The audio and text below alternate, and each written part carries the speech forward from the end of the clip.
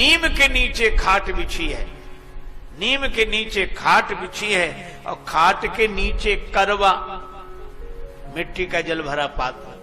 नीम के नीचे खाट बिछी है, खाट के नीचे करवा, और प्रागदास अलमस्ता सोवे राम लला को सरवा। हम तो राम जी के साले हैं, ये छोटे मोटे जागीरदार के साले ऐसे ठाठ से रहते हैं ताकि पता लगे कि उनके साले। हम तो महाराजाधिराज त्रिभुवनपति राम जी के साले हैं, तब क्यों नहीं ठाठ से रहेंगे। यह है भाव, यह है भगवान को मान लेना। तो प्रयागदास को भी चित्रकूट में मिले, कोलभीलों को भी चित्रकूट में मिले, करके जन्मभूमि को प्रणाम करके अवध आ गए। अवध में एक वैष्णव संत से दीक्षा ले ली। दीक्षा लेकर श्री सीताराम जी का भजन करने लगे। नित्य कथा सुनने जाते, सीताराम सीताराम सीताराम सीताराम करते रहते। एक दिन भगवान की कथा में सुन लिया कि राम जी को वनवास हो गया, राम जी वन में चले गए। श्री जानकी जी भी साथ गई और लक्ष्मण जी भी साथ गए। ये कथा में सुना, अब बड़बड़ाने लगे, क्या हो गया है इनको, किसके घर में झगड़ा नहीं होता, पर इतने छोटे से झगड़े के कारण कोई वन में जाता है? पर कोई समझाने वाला भी तो नहीं था इन्हें। खुद गए तो गए, हमारी बहन को भी लेकर गए। और लक्ष्मण जी वो तो वैसे ही बड़े क्रोध में हैं, वो ही ले गए होंगे सबको। मिले तो फिर मैं बात करूं जरा इससे। रोते जाए। व्यास जी से पूछा, वन में गए? हाँ गए हैं ना, तो कहां होंगे इस समय? यही अंतर है, हम लोग कथा को जानते हैं पर भक्त लोग कथा को जीते हैं। कहां होंगे इस समय? व्यास जी ने सोचा ये बड़ी कठिनाई, पर उन्होंने कह दिया चित्रकूट में। अच्छा चित्रकूट में, तब ठीक है। जब किसी से कुछ नहीं मांगा, अब मांगने लगे, जो भी मिलता भैया कुछ दे दे। क्यों? अरे अब कलह किसके घर में नहीं होता। वो देखो सीताराम जी, वो बहन भैया, बहन और हमारे बहनों दोनों चले गए, लक्ष्मण भैया भी गए संग में। अब पछताते होंगे बेकार वन में आए, कितना कष्ट है वहां वन में, न बिछाने को न ओढ़ने को, नंगे पांव विचरण कर रहे, आज इस वृक्ष के नीचे, कल उस वृक्ष के नीचे। तो अब उनके लिए कुछ इंतजाम करना है। लोग प्रसन्नता से देते, संत मांग रहे हैं। पैसा इकट्ठा किया, 3 जोड़े जूते बनवाए, 3 जोड़े पलंग और 3 जोड़े गद्दा, तकिया, रजाई। आप आश्चर्य करोगे, इन्हें हम लोग पागल समझते हैं। ये तीनों पलंग, जूते, रजाई, गद्दा सब अपने सिर पर रखा और अयोध्या से पैदल पैदल चित्रकूट के लिए चले। बीच में रुक जाते, फिर सीताराम सीताराम करते, फिर आगे चलते, फिर सीताराम सीताराम करते, फिर आगे चलते। चित्रकूट में फटिक शिला के पास मंदाकिनी गंगा के किनारे सामान उतार कर रखा।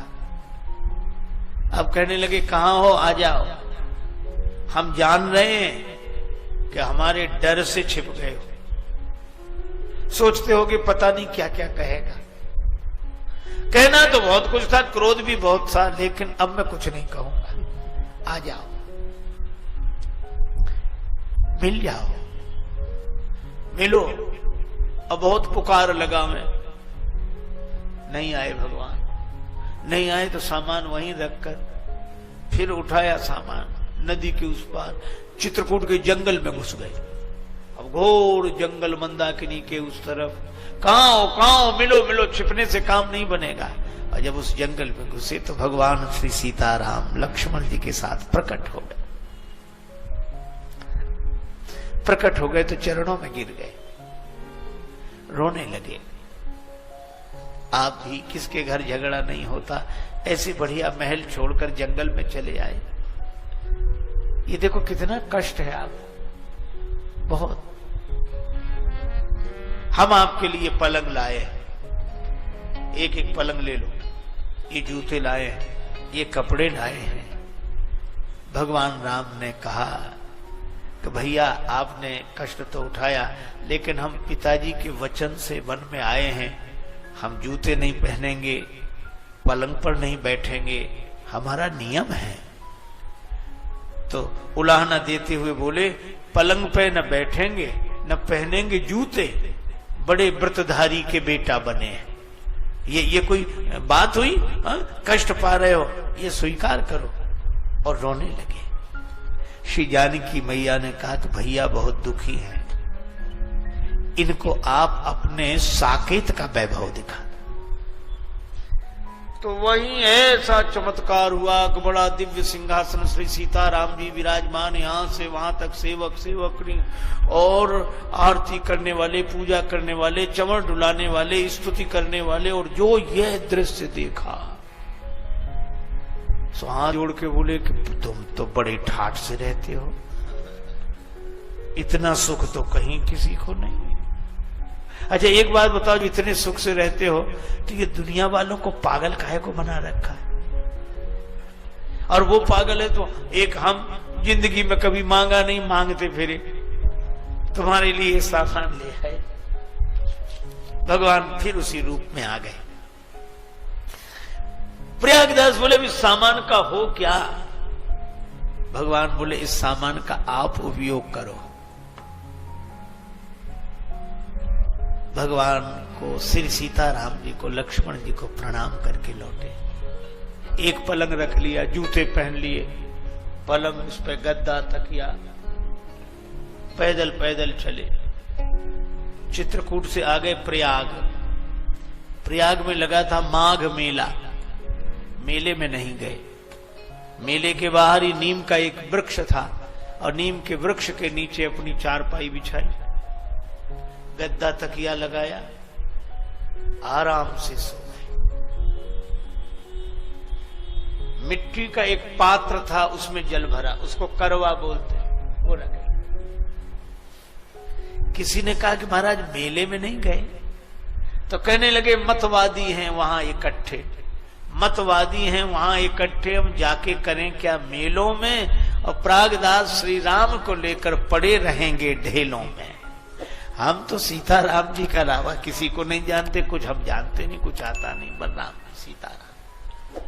किसी ने कहा कि ढेलों की बात कर रहे हो, पलंग पर सो रहे हो, ये गद्दा तकिया लगाए और ये जूते, ये महात्माओं के रहने का ढंग है?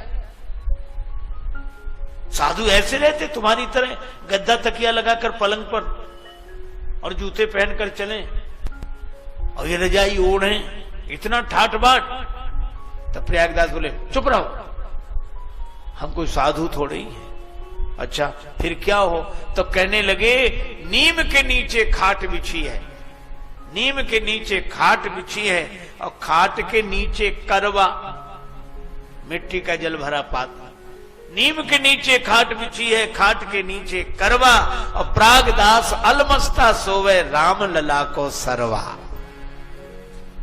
हम तो राम जी के साले हैं, ये छोटे मोटे जागीरदार के साले ऐसे ठाठ से रहते हैं ताकि पता लगे कि उनके साले। हम तो महाराजाधिराज त्रिभुवनपति राम जी के साले हैं, तो क्यों नहीं ठाठ से रहेंगे? यह है भाव, यह है भगवान को मान लेना। तो प्रयागदास को भी चित्रकूट में मिले, कोलभीलों को भी चित्रकूट में मिले। तो हमने ये कथाएं सुनी स्वामी राजेश्वरानंद जी महाराज द्वारा। बहुत ही सुंदर तरीके से इन कथाओं का वर्णन उन्होंने किया है। उम्मीद है आपको ये कथाएं बहुत पसंद आई होंगी। अगर आपको ये कथाएं पसंद आई हैं तो चैनल को सब्सक्राइब कीजिए, वीडियो को लाइक और शेयर कीजिए, ताकि इस तरह की प्रेरक और हास्य कथाएं हम आपके लिए लेकर आते रहें। आपका बहुत बहुत धन्यवाद।